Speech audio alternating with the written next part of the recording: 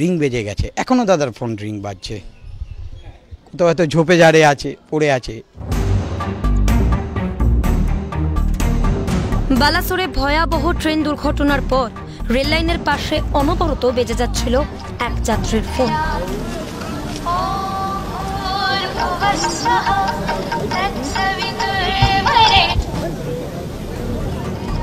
কিন্তু ফোন তোলার কেউ ছিল না। 2023 সালের 2রা জুনে সেই বিভীষিকার স্মৃতি ফিরল সেই জুনে সোমের কাঞ্চনজঙ্ঘার দুর্ঘটনায়।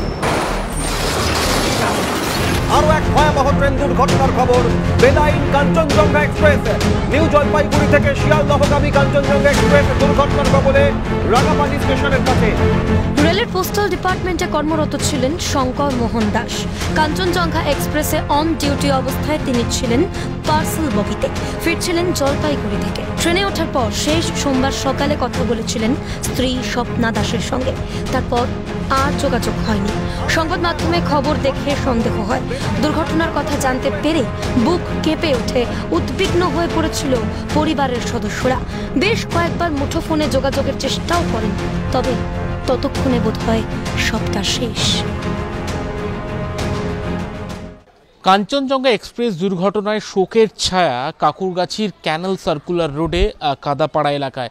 রীতিমতো শঙ্কর মোহন বাবুর বাড়িতে আমরা রয়েছি, তার পরিবার পরিজন রীতিমতো শোকাচ্ছন্ন।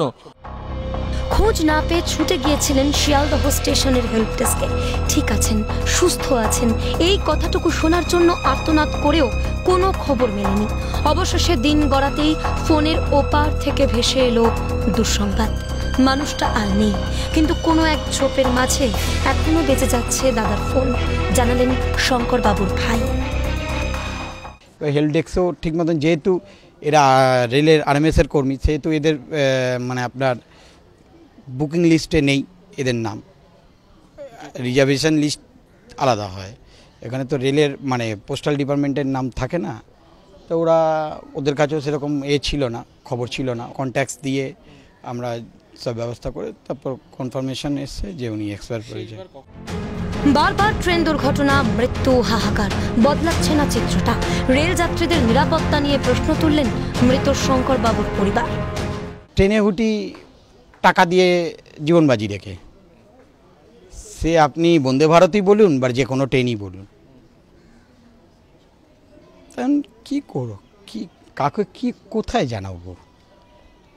মধ্যবিত্ত ফ্যামিলির লোক কোথায় জানাবে? ওখান থেকে মেডিকেল কলেজ থেকে ফোন করেছিল শনাক্তকরণের জন্য, সেই জন্য ওরা বেরিয়ে গেছে। বারে বারে অ্যাক্সিডেন্ট হচ্ছে, এরকম একই লাইনে কী করে ঢুকে পড়ছে, এইটা রেলের চিন্তাভাবনা করার সময় এসে গেছে।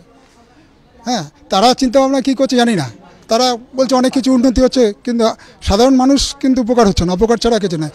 ওরা বলেছে যে এরকম অ্যাক্সিডেন্ট হয়েছে, ওর থেকে জেনেছে ছেলে ইন্ডোরে থাকে। এ যেন টিকিট কেটে মৃত্যু সফর। কর্মসংস্থানে গিয়েও বেঘরে প্রাণটা হারিয়ে বসলেন কলকাতার কারাপাড়া ক্যানেল সার্কুলার রোডের বাসিন্দা শঙ্কর বাবু। কিন্তু প্রশ্ন উঠছে বারবার, যাত্রী সুরক্ষা নিয়ে কেন এত অবহেলা থাকবে, কেন আরও বেশি ব্যবস্থা নেওয়া হবে না, সেই নিয়ে কিন্তু প্রশ্ন থাকছে। রীতিমতো শোকের ছায়া গোটা এলাকায়। ক্যামেরায় গোপাল সেনের সঙ্গে অয়ন শর্মা, ক্যালকাটা নিউজ, কলকাতা।